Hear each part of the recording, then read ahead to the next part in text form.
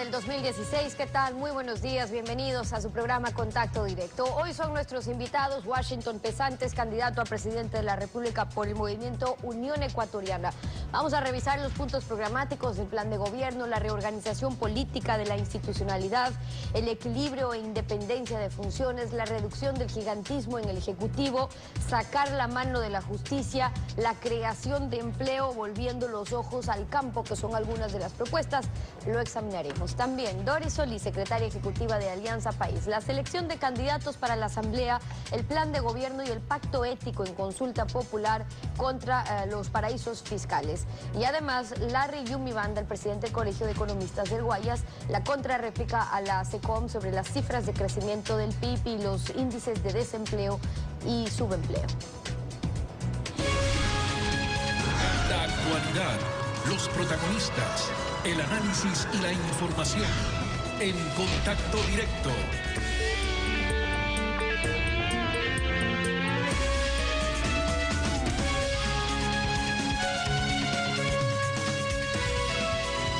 ¿Qué tal, Alfredo? Buenos días, ¿cómo te va?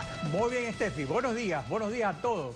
Felicitaciones por haber ganado anoche los premios ITV, Instituto Superior de Estudios de Televisión, como la mejor locutora de radio y la mejor entrevistadora de televisión. Es un orgullo para quienes hacemos Contacto Directo. Gracias, Alfredo, y permíteme decir lo que dije ayer mientras recibíamos el premio. No puedo recibir ese reconocimiento si no es a nombre de quienes hacemos Contacto Directo, la coordinación de Mariuxi Mosquera, la producción de Eduardo Ríos, la dirección de Alfredo Pinargote y todos quienes hacen posible que cada mañana estemos aquí ofreciendo este periodismo para nuestros televidentes.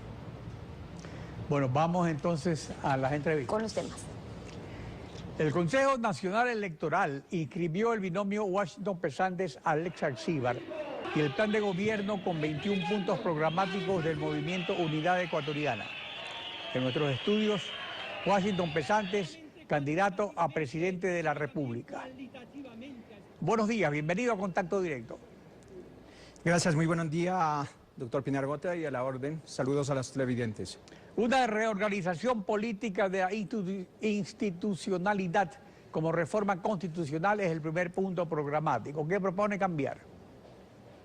Nosotros proponemos cambiar el sistema, el modelo constitucional que tiene el Ecuador. He dicho más de una ocasión, hoy lo reitero, vivimos un hiperpresidencialismo en donde las 4 funciones o poderes del Estado se subordinan a uno solo, produciéndose un ejercicio monopólico y muchas veces abusivo del poder. De manera que esto pasa por el llamado a una consulta popular que viabilice una nueva asamblea constituyente, en donde existan mecanismos de control que tanta falta le hacen al país. El señalamiento de hiperpresidencialismo en efecto se observa en ciertas partes del modelo económico que está en la Constitución, y en una Constitución no debe estar un modelo especialmente económico. Pero no es más bien en muchos casos y de alguna manera la forma en que el presidente Correa ha cumplido con la Constitución a su manera, sin que sea de acuerdo a lo que ella dice, a lo que ella establece, a lo que ella permite o prohíbe, lo que es el verdadero problema. Mire, hay 2 elementos que usted señala, uno lo destaca. De un lado está la forma de ejercer el poder político. Esto depende de quién esté al frente del Ejecutivo.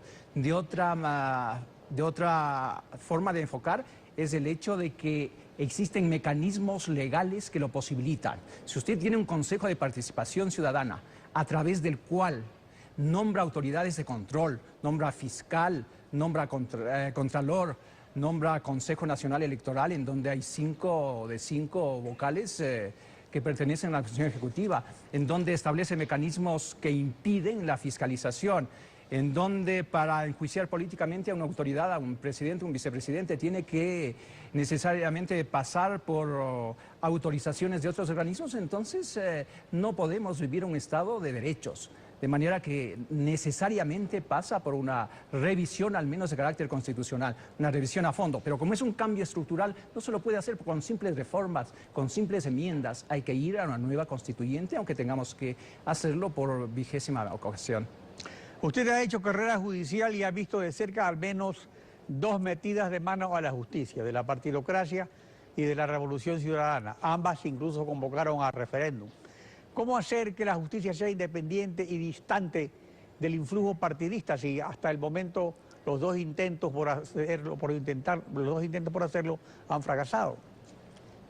Sí, lo vengo diciendo como jurista y como académico desde hace más de 30 años. La justicia debe estar totalmente descontaminada del influjo de los partidos políticos. Si antes del 2007 se repartían desde las notarías, se repartían registradurías de la propiedad, todo lo que pertenecía a la función judicial y obviamente pasando por las cortes, en el 2010-2011, que se llama una consulta popular para descontaminar, acudimos a algunos ingenuos, diría yo, entre comillas, con esperanza de que se despolitice, se despartidice la administración de justicia. Sin embargo, 5 años después podemos contemplar, evidentemente con mucho escepticismo, que la justicia vuelve a cometer los mismos errores.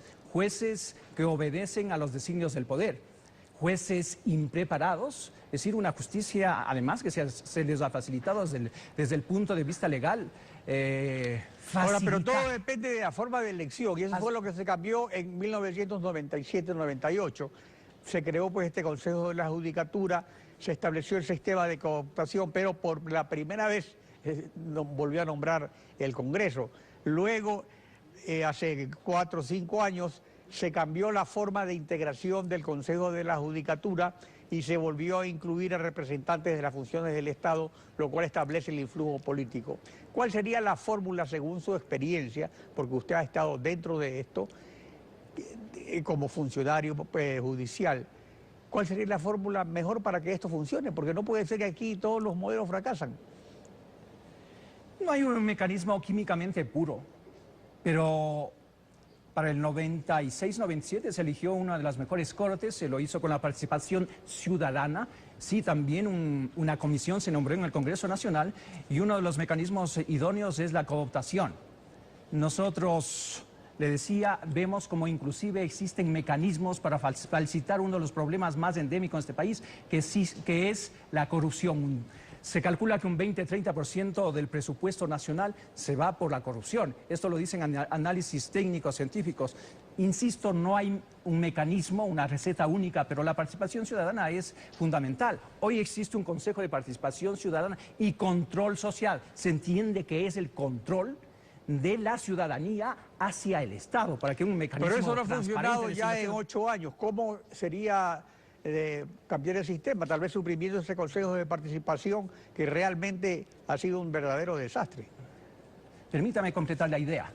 Y control social, control de la sociedad hacia el Estado. Resulta que en la práctica es totalmente lo contrario. Un control del Estado hacia la sociedad. Ese Consejo de Participación Ciudadana y Control Social debe ser sustituido. Existen otros mecanismos. No obstante que yo fui víctima de los vicios de la partidocracia cuando, habiendo ganado en el 2006 un concurso para ministro fiscal general del Estado, se eligió al tercero de la terna. Sin embargo, por ejemplo, para designar fiscal general, creo que es más democrático que se elija en el Congreso, menos viciado que se lo haga como se lo está haciendo ahora. Antes de que comience un concurso ya se sabe quién va a ser fiscal general del Estado, por ejemplo. De manera que yo no estoy de acuerdo con ese Consejo de Participación Ciudadana. Debe haber una real participación de la ciudadanía, de los colegios profesionales, colegios de abogados.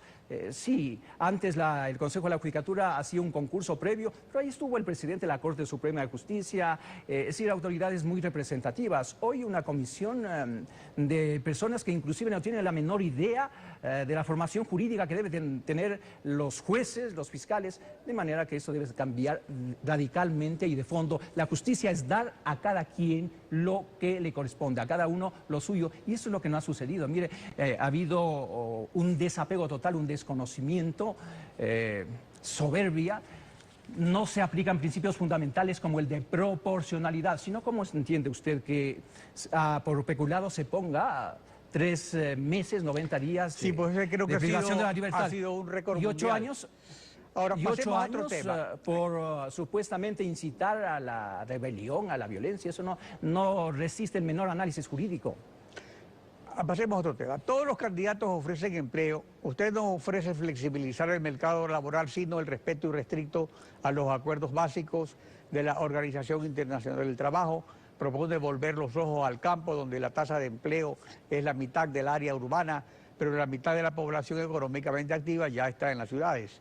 ¿Cómo dará empleo a los jóvenes que recién se incorporan al mercado laboral? Mire, nosotros tenemos un plan de gobierno pensado, analizado, racional, que enfoca todos los factores de la economía, todos los factores sociales, que parte de un diagnóstico real de la situación del país y le propone salir al país de la crisis de un ambiente de paz, de mutua colaboración entre los distintos sectores sociales. No conocemos un país en el mundo en donde la riqueza no sea generada por el sector privado. La redistribución de la riqueza a través del Estado, pero para redistribuir o distribuirlo, primero hay que producir. De manera que nosotros nos diferenciamos, y eso quiero ser enfático, doctor Pinargote, nosotros somos la tercera vía, Unión Ecuatoriana. Nos distanciamos, estamos equidistantes de lo que usted ha llamado partidocracia o del proyecto hegemónico que tenemos. Entre el continuismo y el regreso al pasado hay una vía racional y eso implica ideas innovadoras. La verdadera matriz productiva de este país está en apoyar el agro. Caminos vecinales, un bono a los emprendedores agrícolas, a los pescadores, a los pequeños empresarios. Hay un sector artesanal que ha sido descuidado en el país. Por ahí está nuestro planteamiento. Los jóvenes hoy que egresan de las universidades, ni siquiera con un título de cuarto nivel, están garantizados al acceso al trabajo. Pero no se trata simplemente de dar empleo, relación de dependencia en el sector privado, en el sector público, sino sobre todo apoyar a la pequeña empresa, a los emprendimientos. Una pequeña empresa es una de los 85,000 empresas, valga la redundancia, emprendimientos que existen en el país, al que el gobierno ha visto con cierto recelo. Dicen que eso implica que la riqueza se vaya heredando y que hay que eliminar, dijo el señor presidente. Yo creo que es una visión equivocada.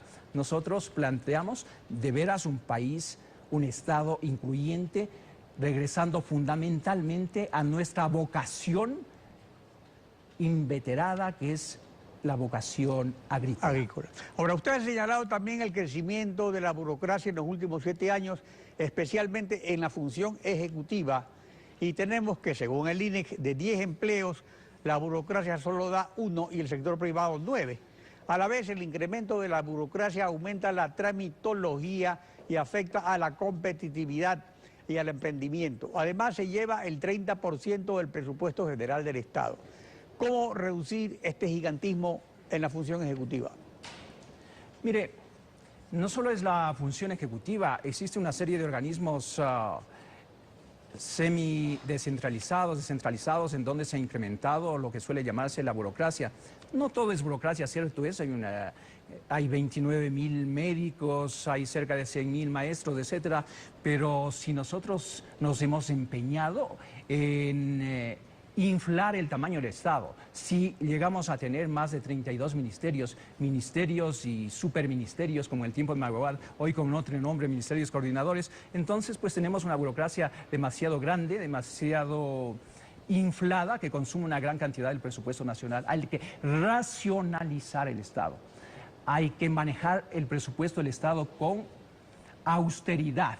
Necesitamos un Estado lo suficientemente pequeño, capaz de controlar, de dirigir, de asistir a los ciudadanos. No necesitamos un Estado obeso como el que hoy tenemos. Eso implica, pues, un ejercicio de reestructuración administrativa del Estado que nosotros lo estamos proponiendo, y esto pasa por la disminución de ministerios. Y se hace algo que es elemental de sentido común: no incremente en los 4 años de gobierno la burocracia. Después de 8 o 10 años nosotros habremos equiparado con un nivel de empleados públicos suficiente para atender a los 16 millones de ecuatorianos. Por ello tendremos tiempo en las próximas semanas de seguir tratando a otros temas del plan de gobierno. Washington Pesantes, gracias por acompañarnos en Contacto Directo. Gracias, doctor Pinargote. Buen día. Igualmente. Steffi.